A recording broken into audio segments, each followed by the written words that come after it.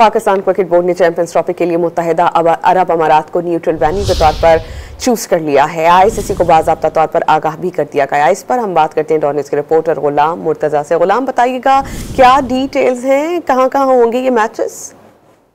ICC की जानिब से पाकिस्तान को तो वेन्यू के तौर पर कंसीडर किया गया था क्योंकि पाकिस्तान में चैंपियन ट्रॉफी होनी थी। भारत के इनकार के बाद एक न्यूट्रल वेन्यू जिसे बीइंग अ होस्ट पाकिस्तान ने सिलेक्ट करना था, तो पाकिस्तान क्रिकेट बोर्ड ने यूएई को जो न्यूट्रल वेन्यू के तौर पर चुन लिया है और पीसीबी ने बाकायदा तौर पर आईसीसी को न्यूट्रल वेन्यू के बारे में आगाह भी कर दिया है।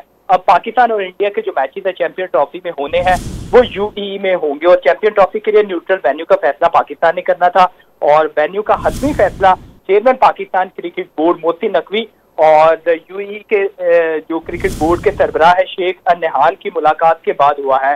शेख अल नहान पाकिस्तान में मौजूद है और उनसे पाकिस्तान क्रिकेट बोर्ड के चेयरमैन मोहसिन नकवी ने मुलाकात की और मुलाकात में यूएई को फाइनल किया गया कि चैंपियन ट्रॉफी में न्यूट्रल वेन्यू जो वो यूएई होगा और पाकिस्तान और इंडिया के मैचेस यूएई में खेले जाएंगे।